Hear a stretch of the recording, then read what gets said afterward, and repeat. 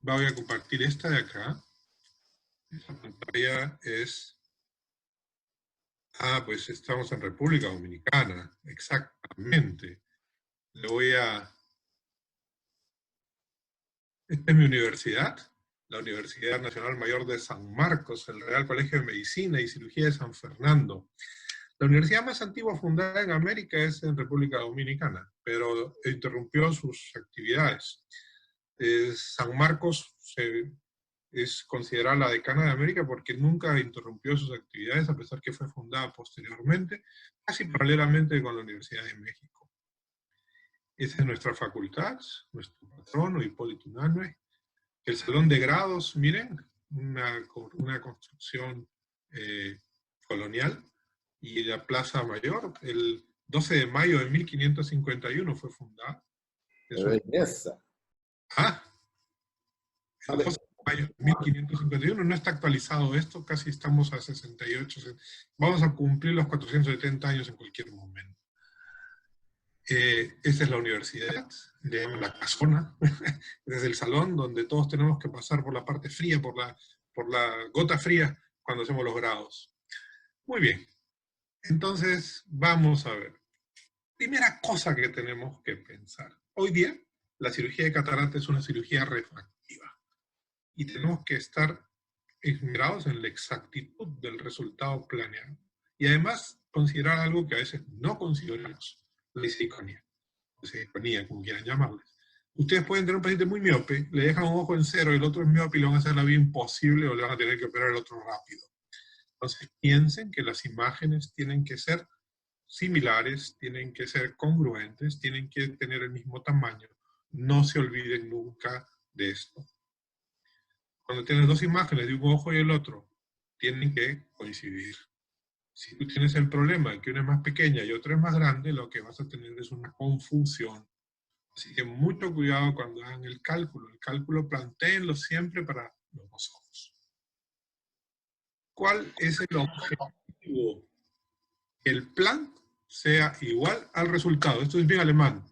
Si quieres que las cosas salgan, lo que has planeado tiene que resultar. Y cometí el error de preguntar, ¿y hay plan B?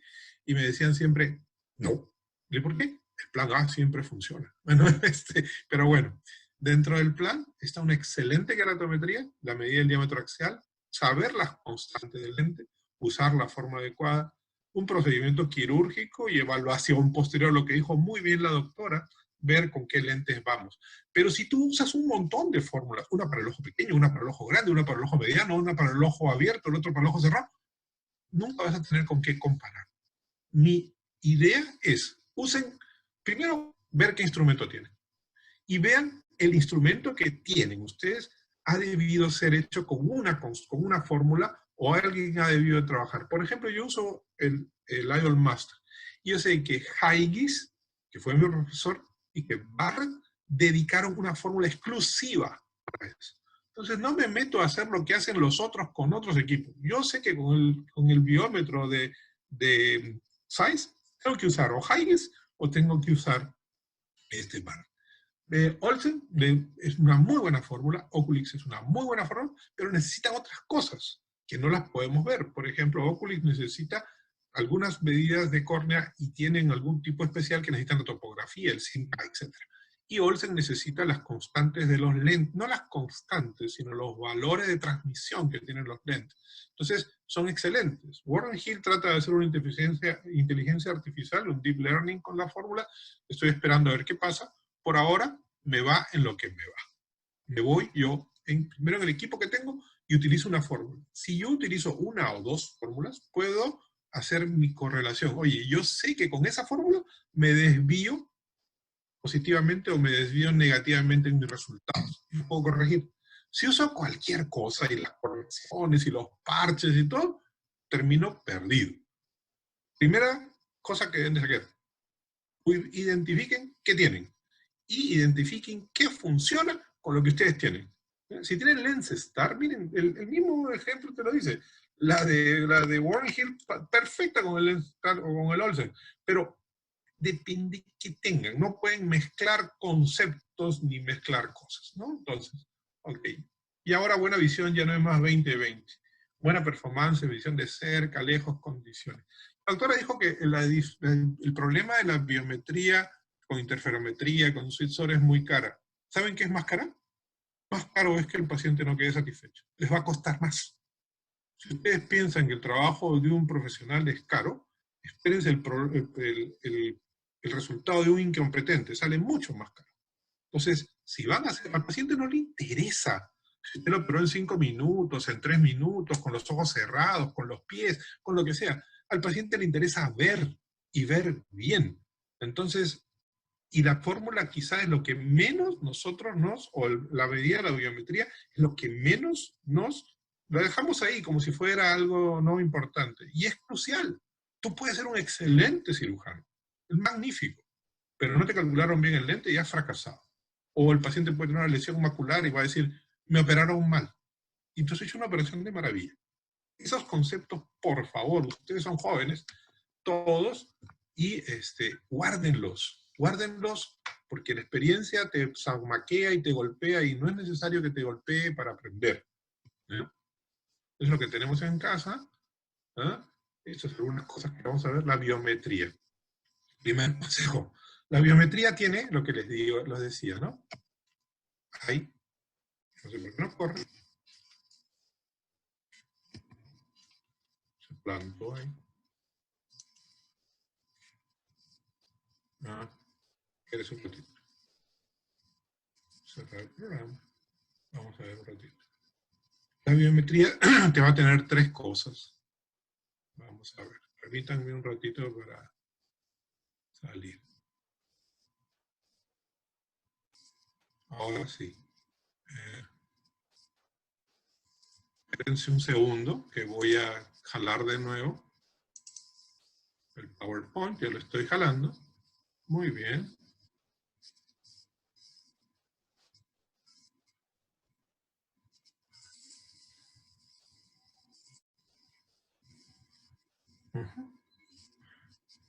¿Están viendo mi pantalla ahora? Aún no, doctor. Entonces espérense un ratito. Voy a regresar. El hilo de que salió. Sí, se cortó un ratito. Espérate un ratito.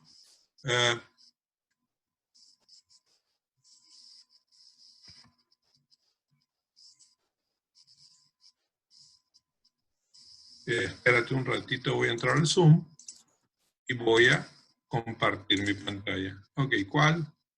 Está acá. Ok. Listo. Ahora sí ya la vi. Ok. Entonces, en el hilo que llevabas, hablabas de que era más caro el paciente insatisfecho que el equipo. obviamente.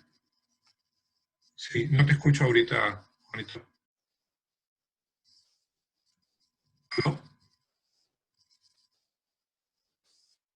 Juan, no te escucho. Muy bien, te escucho y veo tu pantalla. Ok. ¿Me decías?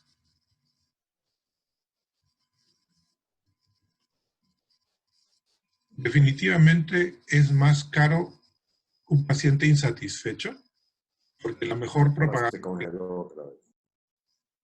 Ahora sí te escucho, Juan. Es mucho más caro un paciente insatisfecho porque él va a decir, me operaron mal, en ese sitio operan mal, en ese sitio uno sale y no ve. Eso te cuesta mucho más que mejor tecnología para que todo salga mejor.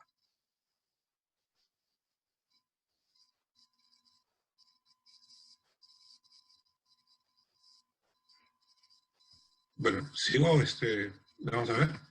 Tienes la queratometría, que es la medida en el cálculo del lente. La longitud axial, que también la puedes medir. La cámara anterior, que la puedes medir, pero lo que no vas a poder medir es dónde va a quedar el lente, porque eso es tú puedes asumir qué ha pasado. ¿Ya? Y la queratometría te mide la superficie anterior. Hay biometría modo A, automática y manual, de contacto e inmersión. Hay biometría en modo B también. Hay biometría óptica, tanto interferometría parcialmente coherente como SweetSource, que la vamos a ver. Pentacam, ya lo dijo la doctora, muy bien. El modo A, ¿qué cosa es? Pasar el ultrasonido a través del ojo. Y el ojo es una maravilla para medirlo, porque miren, entre el aire o agua que pongas sin inmersión y la córnea hay una gran diferencia. Entre córnea y el acuoso hay otra gran diferencia. Entre el acuoso y el cristalino hay una gran diferencia. Estamos hablando de diferencia de medios, de transmitibilidad del sonido. Entre el cristalino y el vítreo hay una gran diferencia. Y entre el vítreo y la retina hay otra. Por lo tanto, es muy fácil, si se hace muy bien la biometría de inmersión, por alguien entrenado, por alguien que lo haga bien, es similar a la de coherencia óptica, siempre y cuando esté bien hecha y sepamos que estamos en la mácula. Y les voy a dar un truco para eso. ¿No? Siempre tenemos que ver, hay dos, hay el directo, ¿no? Y hay el de a través de una copa, se hace en el líquido, se pone el biómetro en el líquido. Esta última es la recomendable, la anterior no, está proscrita, está prohibida, a pesar de que es la que la gran mayoría de la gente utiliza. No la usen más, por favor. Miren, antes era así la inmersión, ahora la inmersión es así de sencilla con esta copa que tenemos. ¿Ya? Modo A por inmersión, y también tenemos, hay alineación consistente, no hay contacto ni compresión corneal, menos dependiente del operador, más fácil de hacer, precisión mejorada. Porque si tú te equivocas, 0.1 milímetro te da en un ojo de metrópe, 0.25 de sorpresa en efectiva. Si te equivocas 1 milímetro son 2.5. Pero un ojo hipermétrope axial, si te equivocas 0.1 milímetro, es 0.75 dioptrías. Pero si te equivocas 1 milímetro puede darte hasta 7.5 dioptrías. Es un desastre. Entonces, cuidado, cuidado, cuidado, la importancia y la exactitud. Yo tengo una copa que diseñamos donde hay un espacio, fíjense acá, hay un espacio, es una copa de inmersión que tiene un espacio. ¿Para qué es ese espacio? Ese espacio es porque, fíjense, cuando hay inmersión, el primer eco es un artefacto. Miren este primer eco, véanlo bien. Entonces tú no tienes la córnea acá. Si no tienes la córnea no puedes salir la profundidad de cámara anterior. Tampoco puedes tener una medida exacta de la longitud axial. Miren con inmersión. En inmersión tengo un espacio. El primer eco sigue siendo igualito al anterior. ¿Por qué? Ambos son artefactos. Las ondas, en su primera parte tienen una zona de interferencia. Entonces, por favor, no hagan más contacto. ¿Eh? No es más fácil tampoco que inmersión. Si tú puedes poner un espéculo, puedes hacer una inmersión. ¿Eh? Miren la diferencia. En la flecha azul, ves el eco, con la flecha azul, son similares. Aquí está escondida la córnea por el artefacto, por esta zona de interferencia. Aquí sí ves la córnea. Cuando tienes la córnea, entonces ya tienes la medida de la cámara anterior. Entonces, prohibido hacer. ¿Por qué? El transductor tiene una zona T, que es la distancia de transición, que más o menos mide 3.3 milímetros, que es una zona de interferencia donde ahí se produce el artefacto. Si tú la contactas con la córnea, tu córnea te va a quedar exactamente en esa zona y te va a dar esto.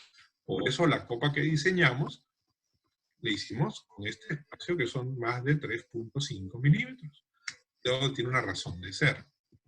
Y esa zona te da la biometría de contacto, longitud axial falsa, más corta, microabrasiones de la córnea, altamente dependiente del operador, y es la razón más frecuente para errores en el poder del lente. La compresión corneal es un tremendo error, y las sorpresas reflectivas son mayores, son miópicas por indentación y artefacto del eco inicial, no es precisa, pero ¿por qué la utiliza la gran mayoría de la gente? Porque la mayoría de los doctores consideran que la biometría de inmersión es más difícil. Mentira. Y consume más tiempo. Mentira. Eso lo hicimos en el 2008. No son falsos. Miren, no sé si funciona el video. Claro, no funciona. No está a la mano. Pero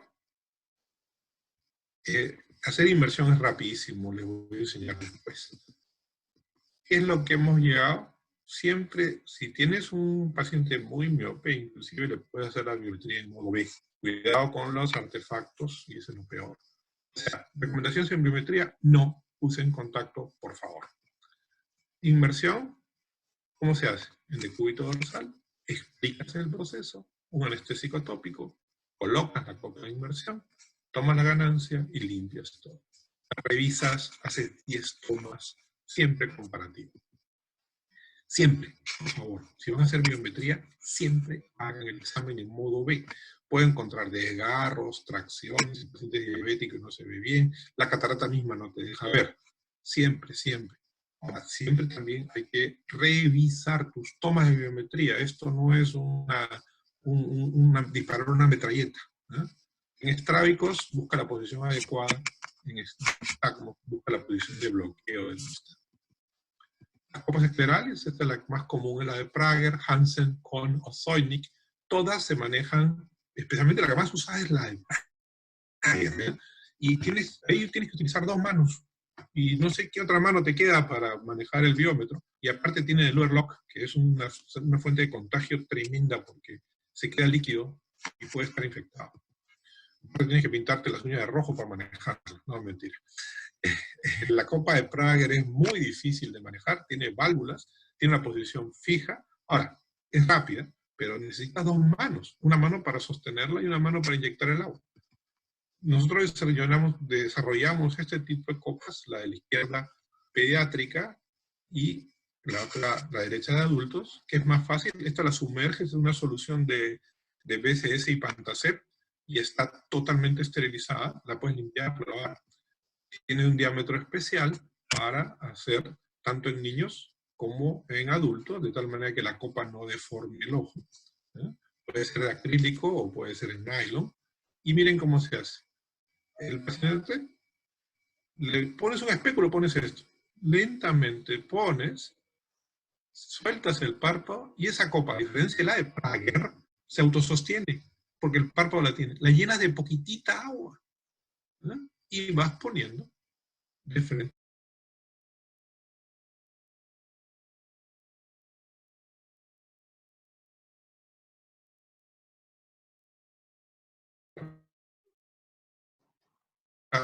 Una que te ayude. Quitas el agua y el paciente ni se moja. Quítale una copa de Prager y el paciente se va a bañar. Pero bueno, a mí me gusta esa, la desarrollé que era por comodidad. Okay. La inmersión. Hay inmersiones especiales como la de este submarino. La inmersión guiada por láser y la inmersión de modo B. Vamos a verlas. Esta es, de las inmersiones, la mejor. ¿Qué haces? En la sonda, se llama Probin, tiene una alineación con el eje visual, tiene un puntero láser y un software. ¿Qué haces? La sonda normal es esta sonda, ¿eh? No tiene nada atrás. Esta es más larga porque tiene un puntero láser acá, un láser ahí. ¿Eh? La sonda tiene un puntero láser. Entonces, ¿qué pasa? Está adaptada a estos equipos, al Absolute, al Aviso y al Axis, no importa. Lo que interesa es que la sonda la puedes usar para contacto, que no la recomiendo, para inmersión con la Prager o con inmersión con la copa. Pero siempre tienen su punto de luz. Aquí. El paciente, al fijar la imagen con el láser con el otro ojo, estamos haciendo que, si el paciente tiene fijación bilateral, correspondencia retinal normal y fijación bifoveal, la luz, el láser en la pared o en el techo, en lo que sea, estamos asegurándonos que estamos mirando, estamos examinando la mácula. ¿Cómo? Le dice al paciente, mire un punto. Si tú miras a un punto cualquiera, tus 2 máculas están en el sitio. El paciente tiene su luz y le dices, mire la luz. Al mirar la luz, ambos ojos se dirigen y estás tú certificando que estás con la mácula. Entonces, estás haciendo una medida precisa. Los ojos, si tienen correspondencia retinal normal y tienen fijación bifoveal, que es la gran mayoría de la gente, van a hacer esto y te garantiza que esa biometría está hecha directamente sobre la mácula. Ok, vamos adelante. Y el otro modo es la inmersión por modo B en pacientes que tienen estafiloma. Cuando tienes un modo A no sabes si está sobre esta medida o esta medida. ¿Dónde está la mácula? Entonces, pones igual una copa, un paciente en posición, pones una sonda y tú haces ver, miren la córnea, la cápsula anterior, la cápsula posterior. ¿Ves el cono miópico en este paciente, y tú puedes mover este vector C colocando más o menos a 10, a 15 grados del nervio óptico, o a 3 milímetros si quieres, y haces la mácula y sabes la medida exacta. Miren, esto es en vivo. ¿Eh? ¿Ves? Tú puedes mover este vector. Esta es una curva de inmersión, la curva que demostramos. Tú ves y comienzas a mover y dices, no, me estoy yendo para el otro lado, me voy acá. Oye, aquí este es el nervio, este es 3 milímetros, estoy cayendo. Esto lo trasladas al modo A y fíjense, estás consiguiendo la misma imagen con 100% reflexividad. Esta es la medida exacta sobre la mácula, utilizando el modo B y trasladándolo con el vector C hacia una biometría modo B. Eso casi mucha gente no habla de esto, pero es una técnica muy interesante y te dice cuánto va la medida. Miren en este ojo extremadamente largo, ¿ya? Miren cómo estamos haciendo, buscando la mácula. Este ojo era inmenso, ¿ya? Y ya dices, ahí está su mácula, ahí se lo voy a medir, abajo está el equivalente del modo A, que es el vector C, y con eso tú lo puedes convertir en una biometría que sabes que estás en la mácula. Entonces, cuando no había, fíjense, aquí estamos viendo la biometría con modo B. Perfecto, cuando no había el switch source. Ahora ya les voy a decir la otra historia. La biometría óptica por interferometría, mi primer contacto fue en el año 1992 con Mendehot, que en una clase que Haigis nos invitó acá atrás, estaba yo de chupe, así decimos ¿cómo le dicen en México? Le dicen pinche, ¿no?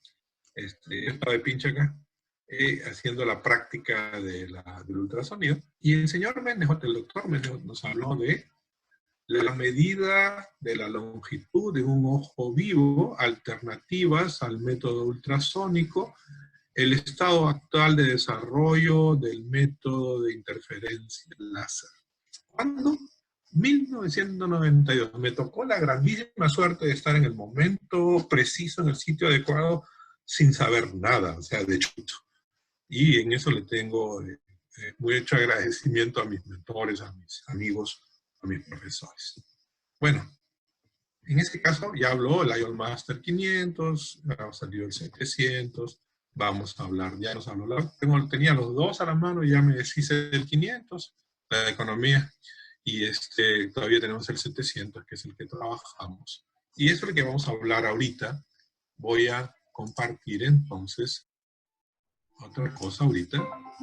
Le voy a entrar a lo que quiero entrar y vamos a hablar de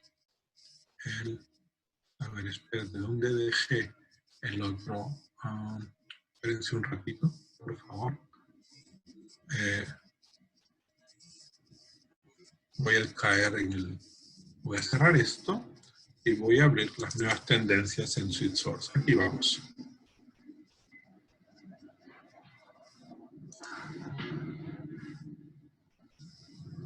Ahora sí voy a compartir mi pantalla.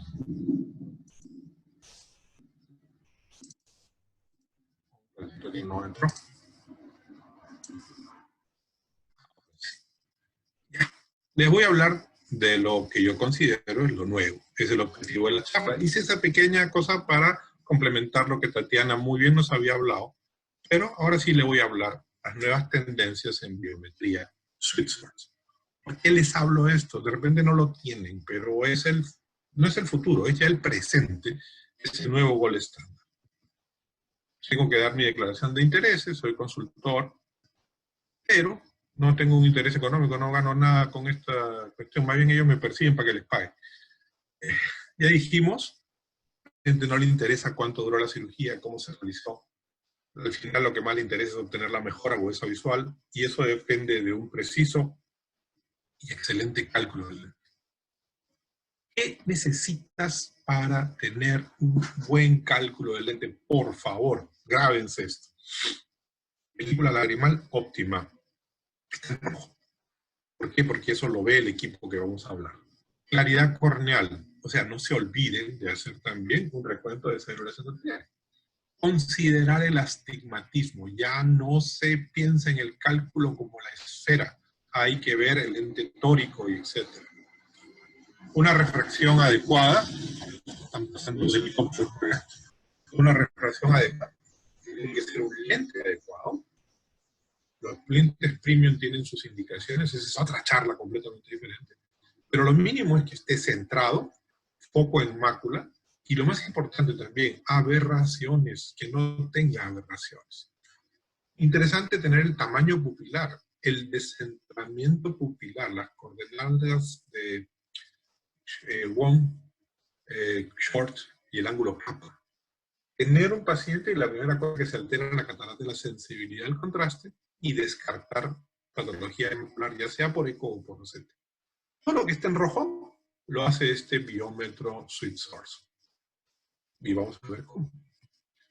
¿Qué datos? Dime.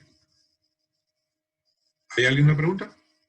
Si hay alguna pregunta, córtenme. Esto es un diálogo, no es un monólogo. Va muy bien, sigue. Hágale. Sigo. ¿Qué datos obtenemos? Dime, sí. No, que no hay pregunta, Doc. Yo le aviso. Perfecto. ¿Qué datos obtenemos con este Sweet Source? Nos da información diagnóstica en un solo vistazo. Miren, como es un OCT, nos va a hacer ver la córnea. Nos va a hacer ver la cámara anterior, no solamente medirla, verla. Entonces podemos distinguir ojos que tienen geometría inusual y lo podemos ver qué está sucediendo y vamos a poder actuar. Tenemos una cosa que es control de fijación. Ya como teníamos el problema de no ver la mácula en el modo de inmersión o en la interferometría, al menos que hagamos el modo B, por eso era la acotación de que era importante en algunos casos ver dónde estábamos midiendo. Tenemos este control de fijación donde sabemos que estamos midiendo donde debemos medir.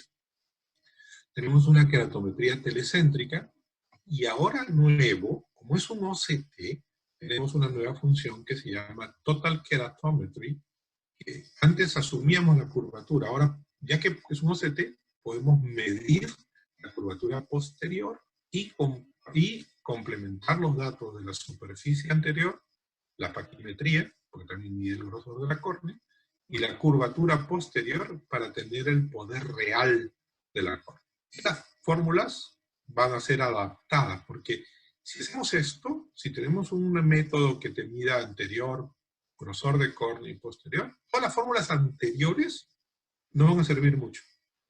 Para esta nueva medida tenemos que hacer nuevas fórmulas. ¿Qué información biométrica nos ayuda?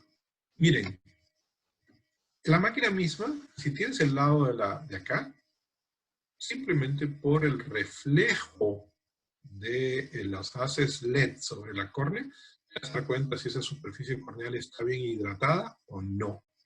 Ya de ahí, mira la importancia de lo que dijo la doctora. No le damos importancia a hacer el examen, pero si quien hace el examen no está entrenado, no va a ver esto bien, o lo va a subestimar. Y aquí es una condición importantísima, y ustedes veo que tienen un montón de ojos secos, por lo que nos contaba Juanito. Y es extremadamente importante tener una buena película lagrimal con los lentes premium. Si el paciente está gastando un montón de dinero en un lente premium y no va a ver bien porque tiene un ojo seco y tiene que estar poniéndose gotas, no va a pensar que es su ojo seco. Dice, ¿para qué me hizo comprar usted un lente tremendamente caro si no veo bien o no veo lo que yo quisiera ver? Una cosa que tenemos que tener en cuenta. Tiene un queratómetro telecéntrico de 3 zonas y distancia independiente. Los queratómetros que ustedes usen tienen que ser distancia independiente, y le vamos a decir por qué.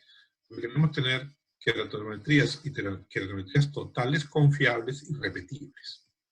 Entonces es un queratómetro telecéntrico de 3 zonas. Hay 18 puntos en 3 zonas. La gente dice, tengo 36, 46, 58, no me interesa cuántos puntos tienes. La cosa es que sean puntos correctos. Vamos a ver. 6 puntos a 1.5 milímetros, es una queratometría bien centrada. 6 puntos en 2.5 basados en el modelo inicial que se utilizaron en los biómetros previos. 6 puntos en 3.5 para alargar el tamaño de la córnea, del área central que se va a medir. Además, esas 3 zonas consistentes nos mejoran que la repetitividad. Háganse una queratometría 4 veces. Háganse una topografía 4 veces, ¿no? La misma cantidad de veces. Y vean cuál es más reproducible. Muchas veces, salvo que tengas pues un Galileo, un equipo que tenga tracking como el AXL de Oculus, que tienen auto-tracking para ver centrado. Pero los otros equipos, los topógrafos que no tienen auto-tracking, no tienen una buena repetitividad, ¿eh? Y eso te da consistencia en los chequeos, y esa reproductibilidad va a mejorar las consistencias. Y se adicionan esas 3 zonas que habían a la inicial para que nosotros tengamos una buena repetición de los exámenes. Es una distancia independiente. Y yo me acerco, miren, y los puntos se ven borrosos. Yo me alejo también hasta que llego al foco y los veo claros. Pero se dan cuenta de una cosa: la distancia entre punto y punto, por más que estén opacos, no varía. Eso es una keratometría telecéntrica a distancia independiente. Siempre están, si el keratómetro está lejos o cerca, es igual a media. Hay otros keratómetros que son distancia independiente. Miren, cuando yo lo acerco, se amplía la distancia. Cuando yo lo alejo, se acerca. Entonces, ahí tienes mayor... ¿Cuál es la distancia correcta? Quizá esta. Pero ¿cómo sabes que este es el punto central? O sea, no interesa cuántos puntos tienes. Lo que interesa es que tengas la misma distancia, porque la curvatura va a ser diferentemente medida si estás los puntos más distantes. Esto es un keratómetro distancia dependiente, que va a medir en diferentes zonas. ¿Okay? Esto te da medidas más consistentes. Y ahora, el lado oscuro de la luna, lo estamos viendo con el TK, la Total Keratometry. Siempre pues habíamos hecho con una suposición, con el factor ficticio, toda una clase, el problema keratométrico, el índice de reflexión. ¿Qué índice tiene tu keratómetro? 13375, 1336, 1332, de acuerdo a las fórmulas. O sea, ya de ahí un montón de pitfalls, un montón de zonas oscuras, zonas cripto en el cálculo del lente. Cuando tú mides el poder de la córnea real, es donde vamos a obtener mejores resultados. Ya sea por ray tracing o ya sea por esta sweep source. Con esta Total Keratometry podemos medir la superficie corneal posterior directamente. Y esta es usada con fórmulas incorporadas a este equipo. Y puedes utilizar un calculador hecho para este equipo y te va a cambiar el flujo de trabajo. Ya no se usa el nomograma de Baylor, no el de Agufalia, el de Koch, el de Pérez, el de Rodríguez, el de quieras. ¿Por qué? Porque esos todos son nomogramas, son suposiciones. Lo que estamos haciendo es que es hacer una presunción. Ah, la córnea tiene esta curva, entonces la córnea de atrás por paralelaje tiene que tener 7.5 menos, y el cambio, mentira, o sea, ya dijo la doctora, las cámaras anteriores son diferentes. Hay córneas que tienen astigmatismo con la regla en la anterior y contra la regla en la posterior. Hay córneas, todo eso, el paralelaje sirve en el área central, pero la córnea no es solamente el área central, es también la periferia. Entonces, fíjense varias cosas que se presumían. ¿Qué hace esto TK? Tenemos el keratometría y tenemos el sweep source a este lado. Hacemos el modelo tórico de la superficie anterior, y como tenemos el grosor de la córnea, hacemos las distancias que hay entre la superficie anterior y la superficie posterior, medidas no así planar, sino volumétricamente. Esto hace que podamos poner todos los puntos posteriores de la superficie corneal posterior en puntos 3D, o sea, tenemos una reconstrucción tridimensional de la córnea.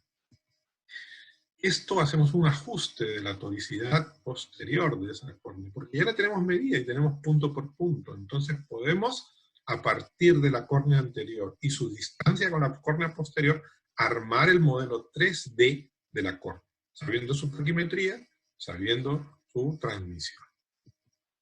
Eso hacemos una calibración entre los medios. ¿Por qué? Porque la superficie anterior está frente al aire y la superficie posterior está en el acuoso, entonces necesitamos equiparar estos cambios de diferentes medios. Los valores posteriores los obtenemos luego de esta calibración. Lo metemos en matrices de potencia y fórmula de lente gruesa, Y eso nos da la queratometría total. O sea, por primera vez, ¿no? Sin necesidad de hacer ray tracing, sin necesidad de hacer otro tipo de exámenes, topografía, sin K, que solamente se basa en la anterior, estamos teniendo el poder de la corte. Ahora, ¿qué hacemos con ese dato nuevo? Cuando lo medimos, la máquina ahora te da dos funciones. Esta que te dice, oye, la superficie anterior está bien medida, la superficie posterior está bien medida, el blanco está bien medida, cada una de las mediciones, córnea, cámara anterior, cristalino y longitud axial, está bien medida y estoy cayendo en la mácula. O sea, pucha, te da la medida exacta en el sitio exacto. La granometría, y abajo la granometría total, adecuada medida de la curva, y podemos nosotros estar muy fácilmente teniendo el poder corneal correcto. ¿Y cómo se ve? Miren, cuando ya tenemos todo esto, si tenemos bien la queratometría y la queratometría total, nos da pie para decir, miren, la queratometría anterior, el radio 1 es 7.8, yo uso milímetros, yo nunca uso dioptrías. ¿Por qué? La dioptría es 1 sobre distancia focal y eso depende mucho, es una conversión, es a la inversa. El queratómetro, ningún queratómetro mide potencias, los queratómetros miden milímetros. La conviertes a dioptrías utilizando la fórmula. Pero ¿qué tal si tu índice refractivo no funciona? Huygens nos enseñó a que se deben marcar milímetros. Pero es más fácil también porque no pienso al revés, o sea, pienso en de frente. Eso tiene una curvatura de Thanos, ¿no? Curvatura más grande, ojo más plano. Curvatura más pequeña, ojo más curvo. O sea, digo, estamos hablando en valores, ¿ah? O sea, estamos hablando, un 8 significa que es más plano. Un 6 significa que es más curvo. Porque su radio, ¿no? El radio de una plana es mucho más largo que el radio de una curva. Ok, 789, 740, un astigmatismo de 283 a 82 grados. ¿No? Entonces, pero la posterior te dice, la curvatura posterior es 671 y la otra es 651. Mientras que acá está en 82 grados, acá el astigmatismo de 0,18 está en 104. Fíjense que ya hay una diferencia en el astigmatismo. Y entonces, ¿qué sucede? Te calcula la queratometría total. Que viendo estas diferencias, te sale que este astigmatismo de 2.83 se convierte en un astigmatismo real de 3.3583, y esa es la importancia de esta medida, porque no siempre la curvatura anterior se correlaciona tanto en su valor cuanto en su posición tórica con la anterior. A veces sí, Varas nos ha hecho una muy buena experiencia con esto en el calculador de Varas, pero aquí la vemos muy claro. Si nosotros ponemos un cilindro de 285, que tenemos con el Yaval, con el Bausch & Lomb o cualquier queratómetro, vamos a estar en una diferencia de bastante entre la real y la obtenida solo en la anterior. Fíjense. ¿Para qué entonces sirve? Para curvas complejas, hay curvas de LASI, queratocono, PKP, de SAEC, de MEC y todo lo demás. Vamos a tener, quieren mejores medidas de las curvaturas corneales anteriores y posteriores, y este TK nos da una buena medida anterior y una posterior a buen casos completos. ¿Y qué ha pasado? Han puesto nuevas fórmulas. La fórmula de Huygens, como es una fórmula de cuarta generación, perdón, y que no depende de la posición efectiva del lente de la curvatura, porque todas las demás dicen, si este ojo tiene tal curvatura, su posición efectiva del lente está acá. Por eso que Aramberri hace la doble K. No, él dice, no, yo no quiero saber, no quiero correlacionar. Tiene 3 constantes Huygens para ver la posición efectiva del lente. Si el lente es normal, si es hipermetrópico o si es miópico, tiene 3 constantes matemáticas. No son constantes, son variables, ¿no? Dependiendo del ojo. La cosa es que ahí funciona muy bien con la TK. Pero Barrett ha desarrollado nuevas fórmulas en la TK Universal 2 y TK tórica para poder utilizar estos valores corneales actuales. Por eso cuando comparan y dicen, bueno, el TK no funciona. No funciona porque están usando las fórmulas que tenían otro sustento, Si tú tienes que usar para estos nuevos datos, nuevas fórmulas. Ok, y se han dado cuenta que, por ejemplo, con Higis normal, con keratometría estándar es lo gris, mejora con la total keratometry de 75-85, de 92 a 97, de 44 a 58, de acuerdo a cuánto quieres dejar. Porque aún los mejores ojos te digan lo que te digan, muy pocos cirujanos alcanzan a tener la gran mayoría de sus casos en 0,025. La mayoría lo tienen a 0,50 y la razón es muy sencilla. Los lentes vienen en paso de 0,50. Entonces, menos que eso, ese es tu límite. Ahora, puedes tener 0,75 y está muy bien. Con la Barrett han mejorado muchísimo más. ¿Cuál es la precisión en la medida? Para un biómetro, con el Switzer, necesitas precisión en la medida de la longitud axial. La medida de la longitud axial de estos biómetros de Switzer la hacen durante el alineamiento fino, que hacen el OCT del segmento anterior, y cuando chequean, o sea, tiene doble medida. ¿Qué te ve? Te ve el grosor corneal, el grosor cristalino, te ve la profundidad de cámara anterior, y te ve la longitud axial. Todos esos datos y te los muestra como imagen, no como una línea. Y te dice, estás en la mácula. ¿Qué significa? Todo esto está medido en el eje que pasa en la mácula. O sea, está centrado a la mácula, que es donde ves, ¿no? Tú no ves descentrado la mácula, tú ves centrado a la mácula. Entonces, fíjense, las medidas están tomadas exactamente en el eje visual. El grosor de la córnea, la superficie anterior de la córnea, la superficie posterior que antes no se veía, está en el eje visual. El cristalino, cuando pasas el cristalino, la superficie anterior del cristalino, perfectamente. La superficie posterior del cristalino, ¿ya? Y la mácula. ¿Qué cosa quiere decir? Todas estas medidas, la keratometría que estás usando es la keratometría que está usando tu mácula. No la periferia en el otro lado, ni te fuiste a la primera o a la segunda imagen del Purkinje, o te fuiste al ángulo capo. No, estás viendo en el eje visual. Y estás midiendo en el eje visual. Estás midiendo donde debe de medir. Entonces, todos estos son exactamente en el eje visual.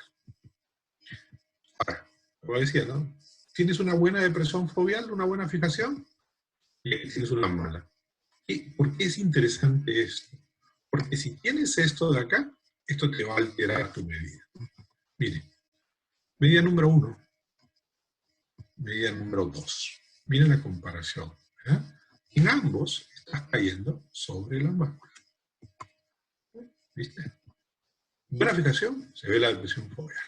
En contraste, 2510 y 2509, ambos con una depresión estándar de 4 micras o de 5 micras. ¿Qué significa? Solo 10 micras, o 0.1 de diferencia en la longitud axial. Y miren que lo más importante, el astigmatismo. Aquí, como has medido en el eje visual y has medido con gran precisión, tienes más o menos 0.02 dioptrías de diferencia en la keratometría. Esta es una keratometría totalmente repetible. Mientras que cuando tienes mala fijación, no ves la depresión, más o menos tienes 25.16 contra 24.97. No parece mucho, ¿no? Pero tienes 190 micras de diferencia contra las 10 micras que tenías. Pero lo más, como dicen en mi tierra, lo peor es de que la keratometría, al no saber, como no estás en la mácula, puede estar en cualquier lado. ¿Eh? Hay una gran diferencia. Media dioptría de diferencia en la keratometría, con bastante suerte. A veces puede ser mucho más. No, eso es importantísimo de saber porque estás en la mácula. Como bien dijo la doctora en su charla, también es interesante, este Switzer nos permite ver cómo está la mácula, porque no todo el mundo tiene tiempo o recursos para pedir siempre en OCT. Pero esto es lo que vemos, miren. Es la fijación, el control de fijación nos tiene esta idea. La imagen central en la que tenemos del Aerial Master, C300, y la otra de los OCT. Yo tengo al lado los equipos, o sea, los puedo comparar. Esta fijación no compara con el OCT diagnóstico. No intento tampoco despistaje, pero ayuda muchísimo. Miren, esto lo vi yo, patología retinal, un agujero macular. Estás haciendo la biometría y encuentras esto en la mácula. Entonces, inmediatamente le dices al médico, oye, cuidado, tú hazle un OCT, hazle un fondo de ojo, de repente la catarata es un poco densa, no lo puede ver, pero esto es una gran diferencia, miren, entre tener un agujero macular, ya te lo detecta en el momento que estás haciendo la biometría. O si tienes un Packer macular, una patología, así lo vas a ver en el Ion Master. Son el mismo paciente, el mismo caso, ladito a ladito. Lo pasaba de un lado al otro para hacer este trabajo. Fíjense, membrana epirretinal, también lo vas a ver. Este se asustó con la cuenta de la cirugía y tenía una coroidopatía serosa central. Y la ves perfectamente igual en el Ion Master. O un agujero lamelar. Fíjense cómo lo ves. Con el Ion Master. No te está haciendo diagnóstico, pero te está encendiendo todas las alarmas para que tomes en cuenta tu pronóstico. Presión macular reservada a la edad, membrana neovascular. La ves así. Entonces, durante la morfología de la depresión foveal, durante el control de fijación, te puede detectar patología. Pero después vas y lo llevas a los CT y miren esta mácula, cómo está jalada, como ojo de chinito, ¿no? Por esta tracción, o esta tracción, y te das cuenta que aquí están membranas neovasculares o lesión macular relacionada a la edad, te van a hacer un problema para tu cirugía. Okay. Una cosa interesantísima de este sweet sort es la penetración aún en cataratas densas o subcapsulares posteriores, que era un gran problema para la interferometría, ¿no? Y me sorprendí realmente cuando recién recibimos el equipo. Me sorprendí. En nuestros pacientes, el Ion Master 500 falló en 10% en cataratas maduras, densas o blancas. Actualmente, el fallo ha decrecido hasta el 1%. Yo veo pacientes de mi consulta privada, lo vi en el MINO también, en el Instituto Nacional de Oftalmología, pero yo pertenezco a una obra, que es una parroquia, que se llama el Divino Niño Jesús, que está localizado en la periferia de Lima, y tengo un espacio de acceso, y les hago la biometría. Y ahí agarro cataratas blancas o piedratas. No son las cataratas californianas que tú las ves operar en los congresos, no, no. Son cataratas que son piedratas o cataratas del Niágara o de la catarata Victoria, de lo grandes y blancas que son. Entonces, les juro por Dios que esta es la primera paciente que vi cuando me instalaron el equipo. Está en mi consultorio antiguo. Miren esta señora de la parroquia. Y dije, oye, ¿y esto? Véanla. Entonces, miren el color. Yo siempre le tomo fotos. Gracias a Dios, tengo todos los equipos al lado. Me encanta jugar con todos los equipos. Soy fan de los equipos. Y me gusta documentarlo. Entonces dije, porque ven que no es broma, aquí está la foto que tomé la Ion Master, la foto que tomé yo. Y como era mi primer examen, dije, no, o sea, cuestión tengo que hacer una foto o el ecografía. Esto no va a pasar. No va a pasar. Ok. Pasó. ¿Eh? Obviamente, y miren el cataratón que era. ¿Eh? No me marcó mucho la mácula, el problema que tenía es, tengo que dilatar esos pacientes, pero este paciente tenía en el ojo derecho cuentadedos a 2 metros. Y acá la máquina le sacó, claro, con 27 metros, pero le sacó 23,49, le sacó la queratometría. En esa época no tenía queratometría total, pero estamos hablando de que esa catarata blanca que ustedes vieron acá, la pasó.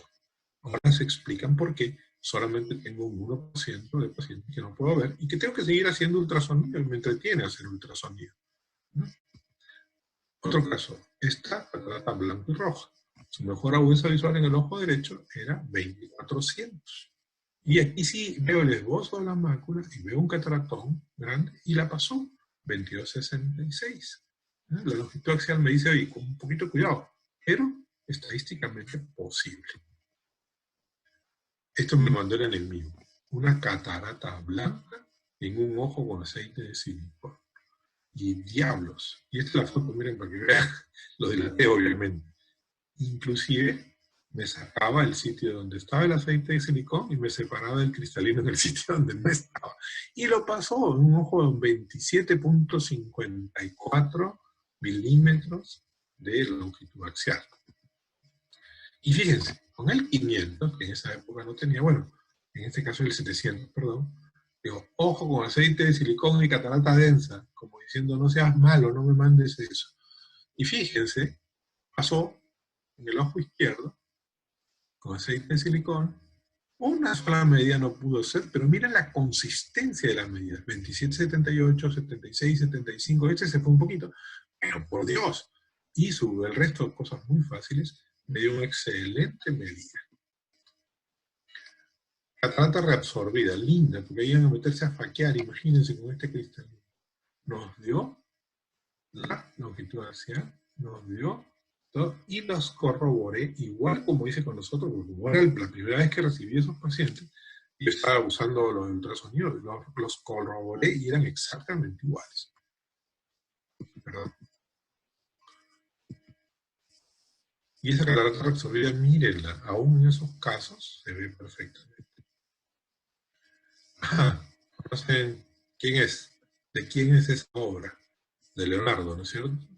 Es de la catarata del hombre de Vitruvio, ¿no? Miren, aquí está. Y así se veía en ultrasonido, así se veía en la lámpara hendidura. Miren lo oscura y marrón que es. Aquí está. Fíjense, inclusive el hombrecito está acá en la cápsula anterior y da sus sombras. Pasó sin ningún problema. ¿No? O sea, fíjense, es genial. Este sweet source nos permite atravesar, y eso es lo que nos ha permitido atravesar las cataratas densas. Esta rubra, miren, este es genial. Esta tenía una refracción de -9, con un cilindro 1.75 vía 20-400, -8.25, y miren la catarata rubra, casi densa. Esa es la ecografía. Miren, ¿cómo hacemos para medir eso? ¿No? Pues ningún problema. La pasó 33-14, con ese 17, y todavía nos dijo dónde estaba la mácula. Y todavía me dijo, tiene cierto grado de maculopatía miópica en el ojo izquierdo. Esta rubra, fíjense, ningún problema en pasarlas y los valores con una desviación estándar muy correcta. Estas que eran problemas, como las subcapsulares posteriores, en la interferometría, pues si llegaban a este punto y no pasaban, y fíjense, le hice el VM para corroborar esta que parecía un popcorn, ¿no? La pasaba muy rápidamente. ¿Y qué es lo interesante que le he encontrado? En estas subcapsulares posteriores, en la parte del Caribe hay muchos, Lucho Escaf refiere que muchos caribeños tienen este tipo de capsulares posteriores. Algunas tienen solas, pero estas son las peligrosas. Tienen una banda. Cuando haces la hidrodisección, en el momento de la cirugía, te llevas esta banda y rompes la cápsula en una, antes de que comience a hacer. Aquí, como estás viendo las geometrías diferentes, como estás viendo un switch sort, estás viendo esa posibilidad de actuar y prevenir antes de que sucedan las catástrofes. Miren, acá la pasó perfectamente, ¿no? Y el cálculo todavía te dice cómo está. O sea, esto no lo debe hacer alguien que no esté entrenado, tiene que ser alguien que sepa qué está pasando para que se fije en esas cosas. Miren, el paciente con hemorragia vítrea, ningún problema, con 5 micras. Miren la hemorragia en un diabético, y te ve perfectamente porque es un sweet source.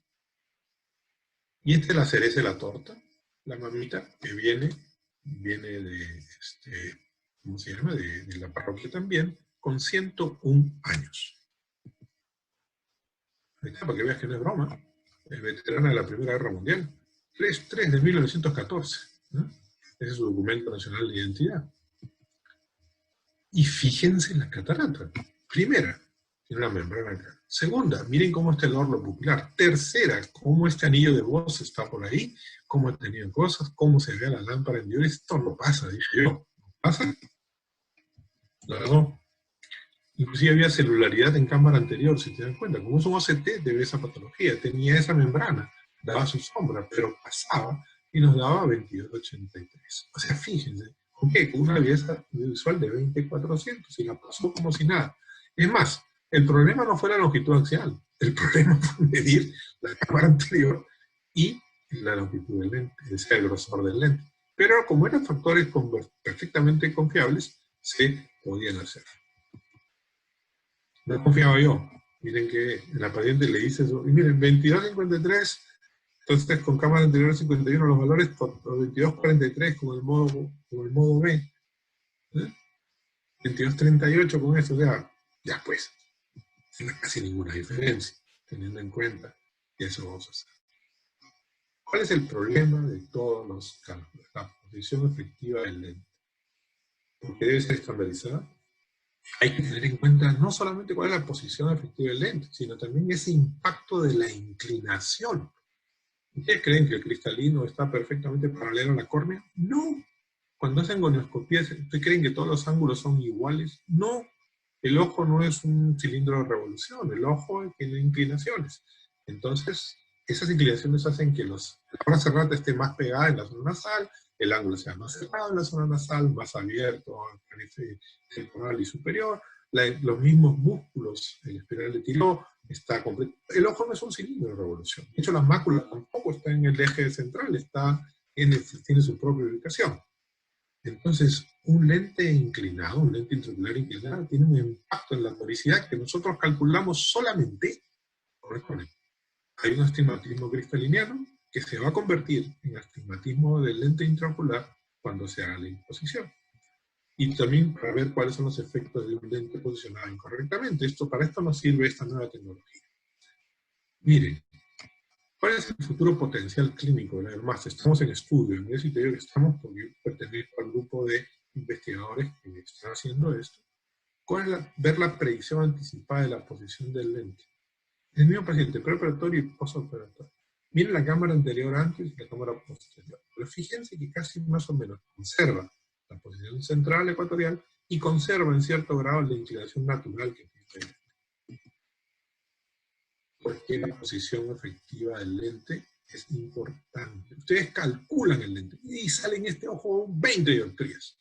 Ajá. Y pones el lente 20 dioptrías en el sitio donde debe ser, en el centro de la bolsa. Escucha, genial, le has dado en el blanco. Ese metropía. Muy bien, ese mismo lente 20 dioptrías que los has calculado muy bien, lo pones detrás. La bolsa es muy grande. El cristalino era extremadamente grande, los miopes les pasa eso. Y tú agarras y has calculado el lente, efectivamente. Si ese lente se hubiera puesto en la posición efectiva correcta, hubiera hecho blanco. Pero como es un ojo más grande, hace un chip miópico. Entonces fíjense, no es que el lente está mal medido, es mal colocado. Y mal colocado por factores anatómicos del mismo. Entonces, el mismo lente está en otra opción. Si lo pones más adelante, por X o por Y, ¿no? Ese lente te da perdón, el anterior fue hipermetrópico, este es un shift miópico. Entonces, fíjense, el mismo lente que puesto en la posición correcta que dé metropía, puede darte un shift hipermetrópico si está puesto más atrás, o un shift miópico si está puesto más adelante. Entonces, como eso no lo puedes predecir antes de la cirugía, ahora con este examen, que es el análisis de la posición del cristalino, antes y después, estamos elaborando un algoritmo para más o menos saber en qué tamaño del lente, en qué tamaño de cristalino va a quedar puesto un lente, en qué tamaño de cámara anterior. Hay una serie de correlación matemática. Y Findel, en Austria, está viendo inclusive algo de la inclinación. ¿Por qué? Porque no cambia con el grosor a los 8 años es 1, a los 8 es 8, ya más o menos por donde estoy yo, está aquí, muchísimo más grosor, vamos camino a la catarata. Y fíjense, normalmente el ojo tiene estas inclinaciones y nosotros podemos predecir el mal alineamiento postoperatorio sabiendo que este lente está quedando casi en la misma posición central y está a su misma inclinación que tenía el cristalino previamente. El objetivo de esta investigación actual es predecir la inclinación postoperatoria utilizando datos preoperatorios. Y a Findel, en Austria, nos dice que no solamente hay una disposición inclinada, hay una rotación del lente. Y hay una rotación del astigmatismo lenticular que es diferente, una inclinación que es en espejo, simétrica entre ojo derecho e izquierdo, ¿no? La orientación, en este caso a 20 grados, y la cantidad 4 por aquí. Y la orientación al ojo izquierdo en 161, casi 4, ¿no? Y el lente cuando se coloca, más o menos mantiene muy cerca eso, no es exacto, pero mantiene muy cerca esta orientación y esta inclinación. Entonces, fíjense, realmente encontramos que la mayoría de los pacientes tienen 5 grados nasales y superiores de tilt, simetría en espejo, y en el postoperatorio esa simetría se mantiene muy similarmente. Y esto tiene una implicancia muy importante en el cálculo del poder del lente, inclusive en los tóricos. No es un lente tilt, es un lente que normalmente ya lo tenía tilteado el paciente y tenía su visión. Ahora se explican por qué hay comas, por qué hay algunas otras aberraciones, y la importancia de medir las aberraciones totales en el ojo cuando queremos calcular un lente intraocular. Y fíjense, es un mismo paciente y cómo se ve la inclinación. Este es horizontal, lo vas cambiando, y cómo va cambiando, ¿no? Entonces, mire, de nuevo, esa inclinación, nos vamos más arriba, en superior, 120 grados, 30 grados, y otra vez en el horizontal. O sea, el lente no solamente está inclinado, sino ladeado, y tiene una posición. Y el lente intraocular en el postoperatorio mantiene la misma forma y la misma inclinación que tenía antes. Igual, los resultado visual, ¿qué pasa? Si tú le calculaste que tiene un equivalente, un poder 28,5, por decir, y un cilindro de 3 a 115, y no te has dado cuenta, y desde el tilt, y el 0 y el 1, 0, el avance visual se te va a 0.6. Bueno, si tú agarras y le pones el lente, y bueno, le voy a poner el lente, le voy a poner 28.5 con su cilindro de 3 a 115. Pero no te diste cuenta que había un pi de 20 y un rho de 8. Entonces a veces, no, mire cómo cambió. Cuando tú agarras y dices el lente calculado en la posición de tilt, y le pones el 28, le quitas este 5, y le pones el train, no 105, sino 107, y con este tilt de 28, la performance visual es muchísimo mejor que este lente cuando estaba tiltado, cuando has compensado esa inclinación. O sea, tiene una implicación tremenda en la calidad visual del paciente, y eso está en desarrollo. Otra cosa que tenemos que ver, y ojalá que tengamos un poquito más de tiempo, atención al ángulo kappa. Ese es para centrar un lente difractivo premium o esférica, está en la medio camino entre el eje visual y el centro. Entonces hay que tener en cuenta esto. Si el valor es superior a 6 milímetros, los pacientes con lentes difractivos van a tener halos y reflejos. Este equipo te lo mide. Aquí está, pueden tener la imagen, qué cosa es el centro óptico, qué cosa es el centro pupilar, qué cosa es el eje visual, la Purkinje 1, y aquí el lugar entre esto, o sea, de hecho el Purkinje 1 no debe ser el sitio para centrar, pero está muy cerca. Es el lugar de centrado del lente, es en el mismo sitio donde está el ángulo, en el centro de este ángulo.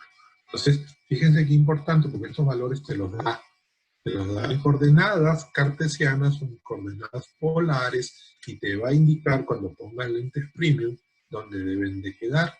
Miren, por ejemplo, te dice, ya, miren acá cómo está el reflejo frente a la pupila. Y te dice, esto vas a ponerlo 0.5 a 283, esa es la desviación que tienes el lente. Y puedes saber si puedes poner un premium o no, sabiendo la nota. La exactitud es importante en estos biómetros. La cronometría telecéntrica y la comprobación de la afinación foveal hacen que podamos verificar todas las posibles fuentes de error. Podemos repetir, tiene una alta repetitividad. Tiene más o menos 2000 imágenes por segundo. Se ha comprobado la repetitividad y las funciones de asistencia para alinear, sean que sea independiente del usuario, y por lo tanto se puede delegar fácilmente. Velocidad, tan rápido, es una maravilla de rápido, y en una clínica con mucha gente, o un sitio con mucha gente, ayuda. La nueva tecnología da, el principiante es 1 minuto, personal capacitado menos de 1 minuto en hacer la unidad completa de ambos ojos. Yo les digo a mis alumnos, es la plata más fácil que me gano, porque tengo que hacer un show para que el paciente me diga qué, y eso es todo lo que me hace cuando en biometría. No, siempre tienes que hacer un poco más, porque es tan rápido que la gente te dice, oye, no entienden que la tecnología te permite eso, pero cuando hay una gran carga de pacientes es importante.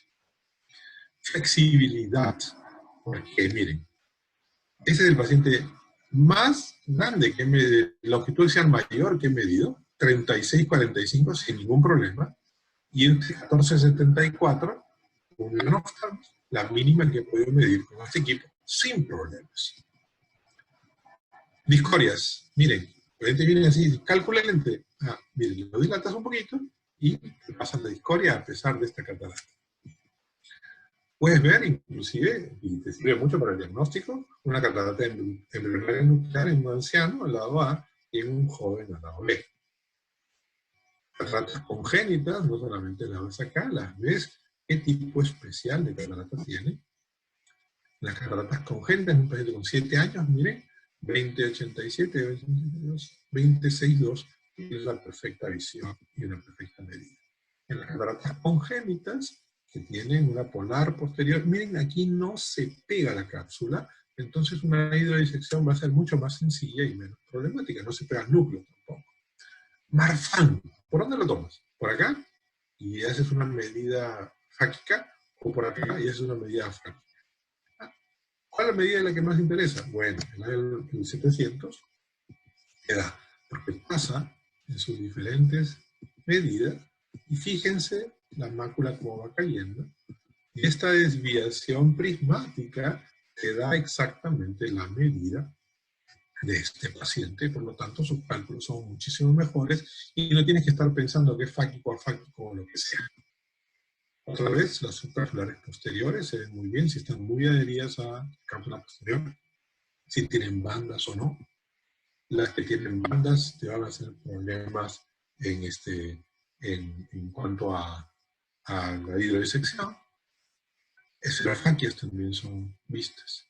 Y cámara anterior y condiciones del ángulo también puede ser vista. Es un sweet sort. Entonces, aprovecha, a veces lo descentro un poco y veo, miren, con este paciente córnea butacta.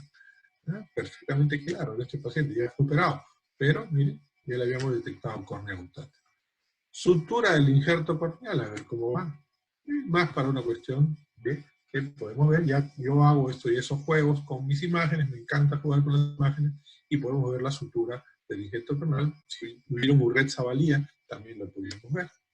Anillos corneales, miren, haciendo la secuencia del anillo corneal, vamos a ver si el anillo corneal está en centro, o si está protruyendo, o si se salió, o si entró a cámara anterior inclusive, y como es un OCT, no es solamente un biómetro, lo que pasa es que te lo venden como biómetro, pero tú te das cuenta que tiene su lado oscuro, y lo puedes ver. Los ángulos también pueden ser vistos, miren, un ángulo perfectamente abierto, si quieres, es un OCT, sácale el jugo, no hice ni una sola medida, me centré en ver los ángulos, ¿no? Y fíjense, me doy cuenta que es un ángulo abierto. Entonces, o un bloqueo pupilar, miren la córnea, un platón. No se ve muy claro porque no es como el VM, pero sí tienen una idea de que es un cierre angular, de todas maneras. Por la curvatura que tienen esta zona, yo asumo que es un bloqueo pupilar. Pero miren la diferencia, no se te tiene la limitante que no te ve detrás del iris. Ángulos abiertos, postquirúrgicos, también te los puede presentar. Conclusiones, para final, ya estamos un buen largo tiempo hablando y se van a aburrir. Los datos adquiridos nos ayudan a tomar decisiones apropiadas. Aún en las datas densas hay una excelente penetración. Y esa penetración nos permite una buena medida de autoflexión. Y esa medida está hecha ¿dónde? En el sitio donde debe ser hecha, en el eje visual. Entonces, nos van a dar mejores resultados si estamos viendo exactamente dónde vemos. Y al darnos una percepción sobre la película lagrimal, tenemos en claro que tenemos que hacer con lentes premium o no. La keratometría de la superficie anterior y posterior en una sola medición nos va a hacer que ya no necesitemos nomogramas, suposiciones, correcciones o parches. El TK nos está permitiendo medir cosas que antes asumíamos. Nos ha cambiado una tecnología del siglo XXI contra una Alvar Gullstrand, una tecnología de Alvar Gullstrand, el primer premio Nobel de medicina ganado por un oftalmólogo. Yo les tomo el pelo y digo, ¿quién es Alvar Gullstrand? Puntero derecho de la selección holandesa, danesa, ¿no? De nuestro primer premio Nobel. Y actualmente estamos manejando estas medidas con fórmulas diseñadas para estas nuevas medidas de la TK. En la pantalla a analizar podemos determinar la posición efectiva del lente posible, su inclinación y la influencia en el cálculo correcto. La prueba de fijación macular nos permite identificar patologías maculares, irregularidades en la fobia, etc. Entonces, ve estructuras oculares y geometrías inusuales, nos hace un mejor flujo. Yo los invito, si quieren, ahí, lamentablemente Wolfgang nos dejó, pero seguimos trabajando con Oliver Findel, Claudio Peronara, Chikako Suto, Sabonansi Maranón de Tailandia, Kagarza, y muchos otros más, en una comunidad de la catarata, que es gratuito, pueden registrarse en dirección electrónica, Cataract Community. ¿Qué pasa? Si tienes una duda de tus medidas, tienes el máster 700 o otra cosa, preguntas. Y los expertos en todo el mundo van a encontrar la respuesta y van a conversar. Y vamos a aprender todos contigo también de las dudas que tú puedan tener. Eso es uno de los chats que les invito. Ahí tiene que hacerlo cada uno su inscripción. Y ahí estamos.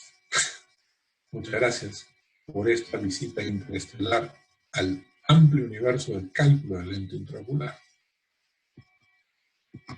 Gracias a ti. Maravilloso, gracias. Qué bueno que les es un poco largo, pero bueno, a veces las cosas largas están ahí molestándonos la vida. Mario, tengo que salir. Dame hacerte una pregunta sobre el OCT de ojo entero que está elaborando Jean-Marie Paret. Dime a ver cómo compara esto con el source que has presentado. OCT OI. Así es. Lo que pasa es que nos hemos dado cuenta que la tecnología OCT está revolucionando y va a seguir revolucionando la oftalmología. Por ejemplo, la topografía que la hacemos con Cyflow, la hacemos con Plácido.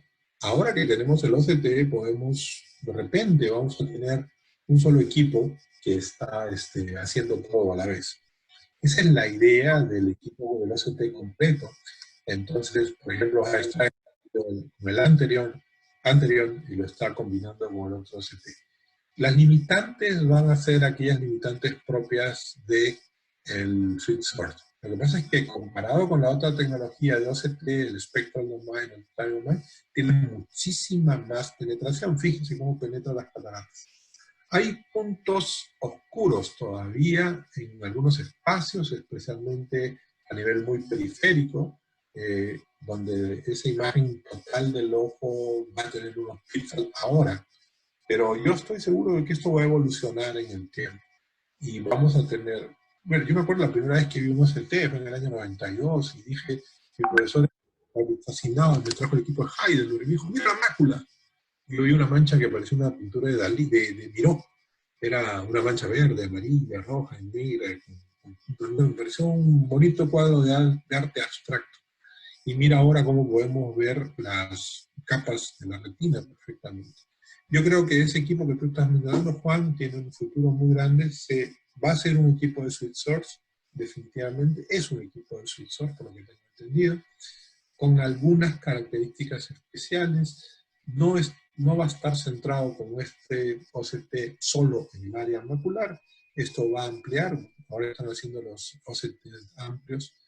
En algunos casos va a requerir dilatación de los pacientes, entonces va a tener la limitante en aquellos pacientes que no puedas dilatar por cuestiones de ángulo estrecho o por otras cosas, pero es un approach muy, muy interesante que nos va a venir. No le tengan miedo a los cambios y vamos a tener que subirnos a la ola. Igual con inteligencia artificial. No le tengas miedo a la inteligencia artificial, hay que tener miedo al que maneja, y tú no manejas la inteligencia artificial.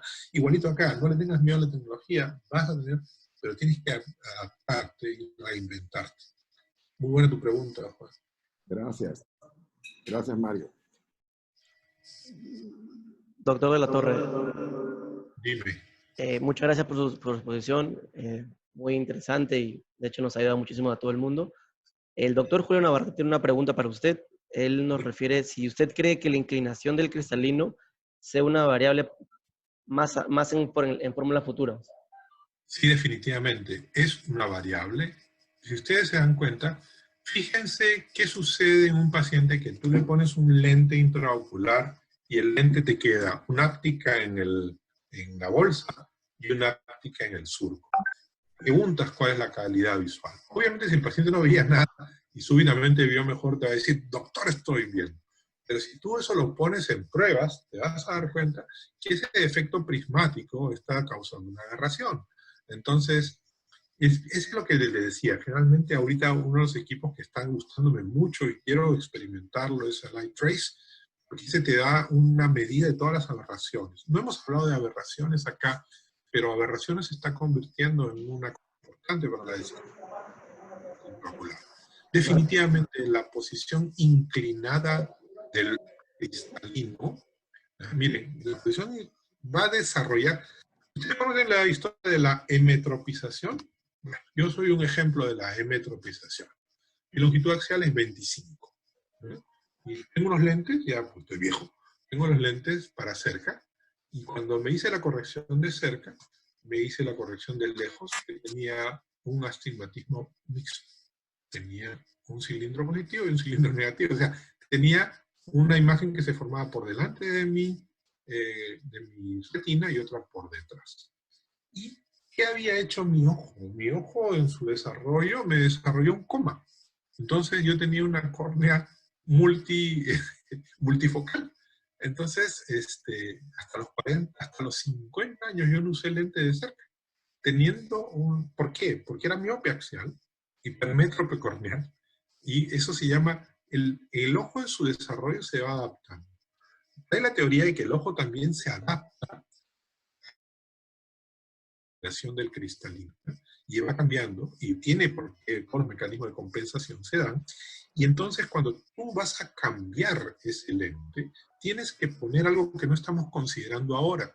Tienes que poner un repuesto a ese lente, un nuevo lente, que es el lente intraocular, que cumpla las mismas funciones que cumplía tu cristalino, que toda tu vida tu cuerpo se ha adaptado a tenerlo. Miren qué interesante este concepto, porque ese concepto nos dice que las cosas no son estáticas, sino que las cosas son variables.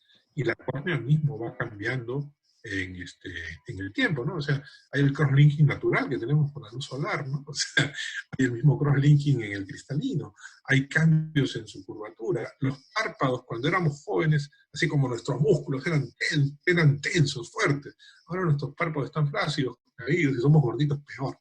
Entonces, todas esas fuerzas afectan el ojo.